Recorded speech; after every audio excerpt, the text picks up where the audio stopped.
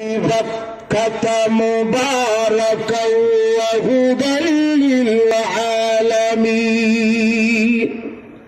এরপর আল্লাহ বলছেন মুবারাকা। কি বলছেন? কাবা ঘর একটা বরকতপূর্ণ ঘর। কাবা ঘর কি? কাবা ঘরের মতন বরকতপূর্ণ ঘর পৃথিবীতে কোন বরকত আর কোন ঘর আছে না। বুর্জ আল খলিফা 160 তলা হতে পারে,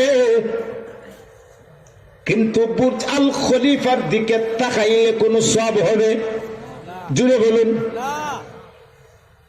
চীনের 120 তলা হতে পারে, কিন্তু এই গড়ির দিকে তাকাইলে কোন সওয়াব হবে? আমাদের সিলেটের মেজর টিলায় সুন্দর একটা বাড়ি আছে, ঠিক না বেঠি? এই গড়ির দিকে তাকাইলে কোন সওয়াব হবে? পৃথিবীর এমন কোন গড় নাই, যত সুন্দর কারুকার্য হোক না কেন, তাজমহলের দিকে তাকাইলে সওয়াব হবে? কোন গড়ের দিকে তাকাইলে সওয়াব হবে না। কিন্তু দুনিয়ার মুসলমান, পৃথিবীর মধ্যে একটা গড় আছে, যে গড়ের দিকে মুসলমান তাকাইলে সওয়াব হয়। সেই গড়ের নাম কি? জুড়ে বলুন বাইতুল্লাহ, জুড়ে বলুন, জুড়ে বলুন। আমার কথাটা বিশ্ব নবী বলেন, আন-নাসরু ইলাল কাবাতি ইবাদাতুন। মুসলমান যদি কাবা ঘরের দিকে তাকায়, ওই তাকানিটাও একটা ইবাদত। কাবা ঘরের দিকে তাকান, এটা ইবাদত। বিশ্ব নবী বলেন শুধু তাই না,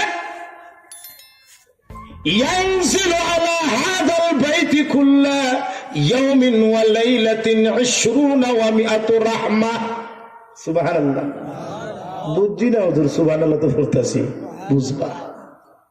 বিশ্ব নবী বলেন, ইয়ানজিলু আলা হাযাল বাইতি কুল্লা ইয়াউমিন ওয়া লাইলাতিন 20 ওয়া 100 রাহমা। নবীজি ফরমান, দিন রাত 24 ঘন্টায় এই কাবা ঘরের উপরে আল্লাহর পক্ষ থেকে 120টা রহমত নাজিল হয়। আমরা ঘরে মনে হয় 200 নাজিল হয়, 200 নাজিল হয়। আমরা ঘরে যে টেলিভিশন আর যে পর্দা, এটা তো খালি 200 গজব নাজিল হইব, ঠিক আছে ঠিক?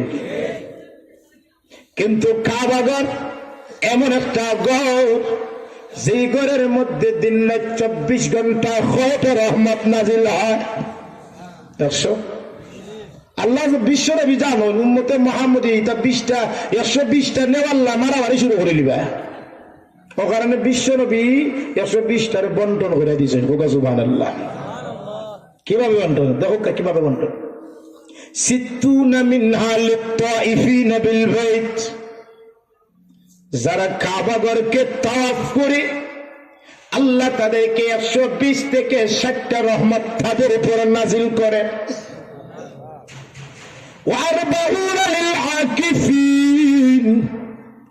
যারা কাবা ঘরের মধ্যে তাওয়াফ অবস্থান করে, ইতিকাফ করে, আল্লাহ তাদেরকে 120 থেকে 40টা রহমত তাদের উপর নাজিল করেন।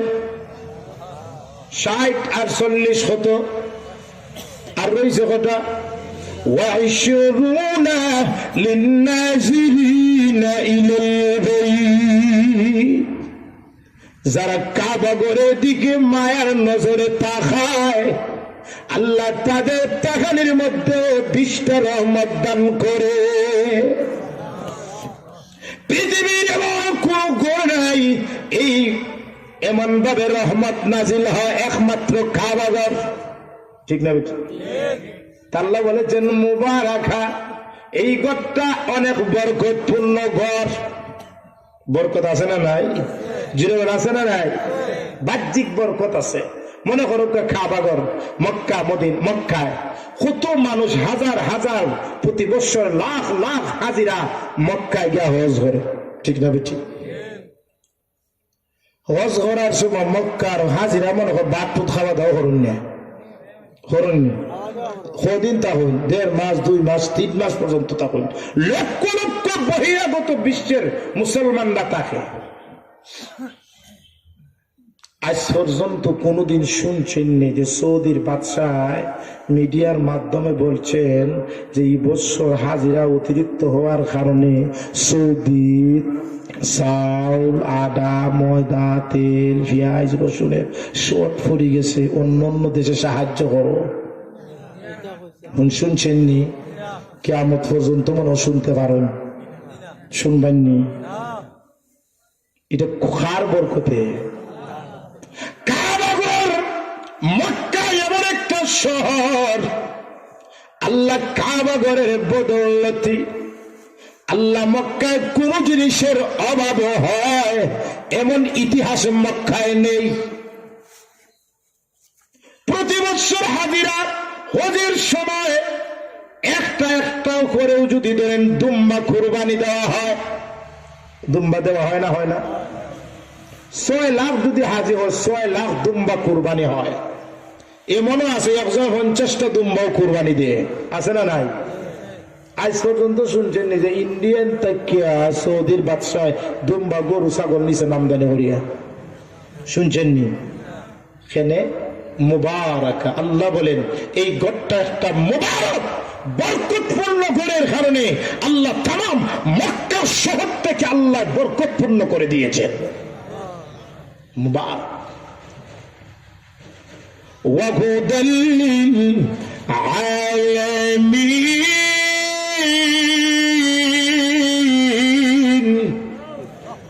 আল্লাহ তামাম পৃথিবীর মানুষের জন্য এই গড় থেকে একটা হেদায়েতের উসিলা বানিয়ে দিয়েছে। এরপর আল্লাহ বলেন ফিহি আয়াতুম বাইনাতুম মাকামু ইব্রাহিম। আল্লাহ বলেন এই কাবাগরের মধ্যে আর কিছু সুস্পষ্ট নিদর্শন আছে, আছে না নাই? দেখেন সূরা আলী ইমরানের 96 নম্বর আয়াতটা যখন নাজিল হয়, ইহুদিরা বলছিল যে পৃথিবীর মধ্যে সবচেয়ে উত্তম ঘর হলো বাইতুল মুকাদ্দাস, যেটা জেরুজালেম ফিলিস্তিনের মধ্যে। মুসলমানরা বলে যে না, সবচেয়ে উত্তম গড় হইল কাবাগর। ইহুদি এবং মুসলমানদের মধ্যে একটা ঝগড়া শুরু হয়েছে। ইহুদিরা বলছেন কোনটা, জোরে বলেন কোনটা, আর মুসলমান বলছে কোনটা। ও ঝগড়া নিয়ে বিশ্বনবীর কাছে আইলা, যখন বিশ্বনবীর কাছে বললাম তখন আল্লাহ কোরআনের ওই আয়াত নাজিল করে দিয়ে বললেন পৃথিবীর সর্বশ্রেষ্ঠ গড় হইল কাবাগর। ইমাম রাজি বলেন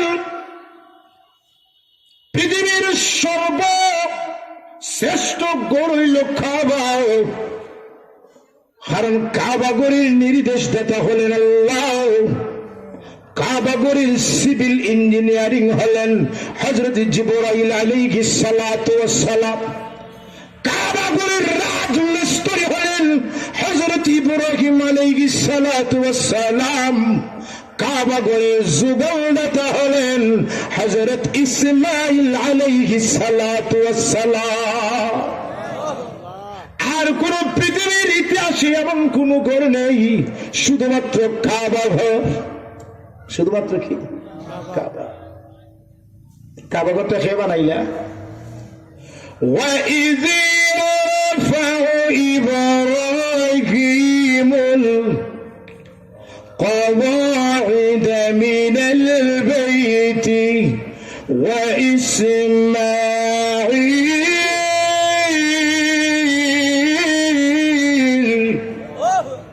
رَبَّنَا تَقَبَّلْ مِنَّا إِنَّكَ أنت السميع العليم।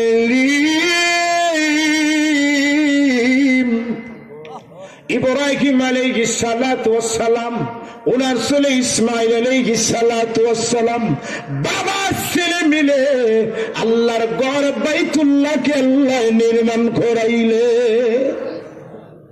ফিহি আয়াত, এর মধ্যে সুস্পষ্ট বাগ্যিনাতুম মাকাম ইব্রাহিম, সুস্পষ্ট নিদর্শন আছে। তোর মধ্যে থেকে একটা নিদর্শন হইল মাকামে ইব্রাহিম। মাকামে মাকামে ইব্রাহিম একটা পাথরের নাম, খেয়াল করো একটা।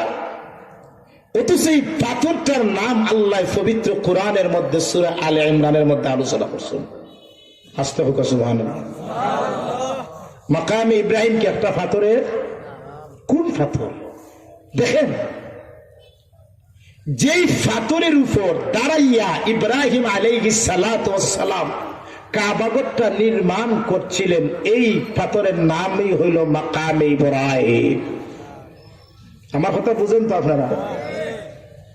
তাফসীরে আয়াতের ব্যাখ্যায় বলেন, ইব্রাহিম আলাইহিস সালাতু ওয়াস সালাম যখন কাবাগর নির্মাণ করতে যখন উপরে উঠার প্রয়োজন হইত, তখন এই পাথরটা অটোমেটিক ভাবে ইব্রাহিম আলাইহিস সালাতু ওয়াস সালামকে নিয়ে উপরে উঠে যাইত।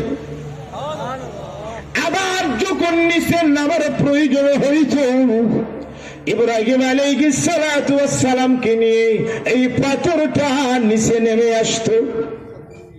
একটা অচেতন জড় পদার্থ পাথর, এই পাথরের উপরে উঠে নিচে নামে কার ক্ষমতার কারণে? কার সম্মানার্থে? কাবাগরের সম্মানার্থে। আমরা ওই যে বিজ্ঞানিক দুনিয়া, লিফটে উঠলে টিপা মারলে 10 তলা পেয়ে গেল। লিফট কই থেকে আবিষ্কার হয়েছে? কই থেকে? মাকামে ইব্রাহিম। যে পাথরটা শূন্য উপরে উঠতো, যে পাথরটা ইব্রাহিমকে নিচে নামতো, বিজ্ঞানিকরা ওই কোরআন গবেষণা করে দেখছে পাথর যদি লিফটের মতো উঠতে পারে, নামতে পারে, তাহলে আমরাও গবেষণা করি একটু দেখি না কেন? ও গবেষণা করে বা করছে। ঠিক না বেটি? জীবনে ঠিক না বেটি? বিজ্ঞান, যে বিজ্ঞান বা যেই যাই বের করেছে সব এই কোরআন থেকে বের করছে। ঠিক না বেটি? বিজ্ঞানীরা গবেষণা করলো ছাদের মধ্যখানে একটা ফাঁক, কেনে ছাদের মধ্যখানে একটা ফাটা দেখা যায়। এখানে আপনি ছাদ যখন পূর্ণিমার ছাদ হয় তখন ছাদের দিকে তাকাইয়া দেখবা ছাদের মধ্যে একটা গাছ দেখা যায়, গাছের নিচে একটা বুড়ি দেখা যায়। ঠিক না বেটি? তো যাই হোক, ছাদের মধ্যে দুইটা ফাঁক কেন? বিজ্ঞানীকে কোটি কোটি মিলিয়ন বিলিয়ন টাকা খরচ করে একবার বাক্কা আগে ছাদটা দিয়ে খণ্ডিত হয়েছে। কোটি কোটি টাকা খরচ। অথচ সাত যেন বিশ্বনবীর ইশারায় 2 টুকরা হয়েছিল, এই কথা কোরআনের আছে না নাই? জীবন আছে না নাই? ও কারণে ইব্রাহিম আলাইহিস সালাতু ওয়াস সালাম কাবাগর নির্মাণ করলা। আল্লাহ ইব্রাহিম আলাইহিস সালাতু ওয়াস সালামরে জায়গা দেখাই দিলা। কোন জায়গা? আলোচনা সংক্ষিপ্ত, সময় শেষ, খালি জাস্ট হজের আয়াতটা বলে শেষ করে দিল। ইব্রাহিম আলাইহিস সালাতু ওয়াস সালামকে আল্লাহ জায়গায় দেখাই দিলা। وَإِذْ بَوَّأْنَا لِإِبْرَاهِيمَ مَكَانَ الْبَيْتِ أَلَّا تُشْرِكْ بِي شَيْئًا وَطَهِّرْ بَيْتِيَ لِلطَّائِفِينَ وَالْقَائِمِينَ وَالرُّكَّعِ السُّجُودِ। ইব্রাহিম আলাইহিস সালাম বলেন, ওয়া ইজ বাওয়ানা লিইব্রাহিম মাকানাল বাইত, কাবাগরের জায়গাটা দেখাই দিলা। দেখাই দেয়া কাবাগরের নির্মাণের ফুরি কাবাগরের জায়গা দেখাই দিলা। দেওয়ার পরে কাবাগর নির্মাণের পরে ইব্রাহিম আলাইহিস সালাতু ওয়াস সালাম আল্লাহ 3টা উপদেশ দিলা। কয়টা? শেষ কয়টা? জেল কয়টা? 1 নম্বর, আল্লা তুশরিক বি শাইআ। ইব্রাহিম, কাবাগর নির্মাণ হয়ে গেছে, কাবাগর তাওয়াফের ক্ষেত্রে, কাবাগর ইবাদতের ক্ষেত্রে আমার আল্লাহর সাথে কাউকে শরীক করিও না। করবেন না আপনারা? করবেন না? সময় না, আলোচনা করলো না, বিরাট একটা ঘটনা। 2 নম্বর উপদেশ, ওয়াতাহির বাইতিয়া للطائفين والقائمين والركع السجود। ইব্রাহিম কাবাগরটার তওয়াফকারীদের জন্য, ইবাদতকারীদের জন্য, রুকু সেজদাকারীদের জন্য কাবাগরটার পবিত্র রাখো। কে করো? পরিষ্কার রাখো। কে করো?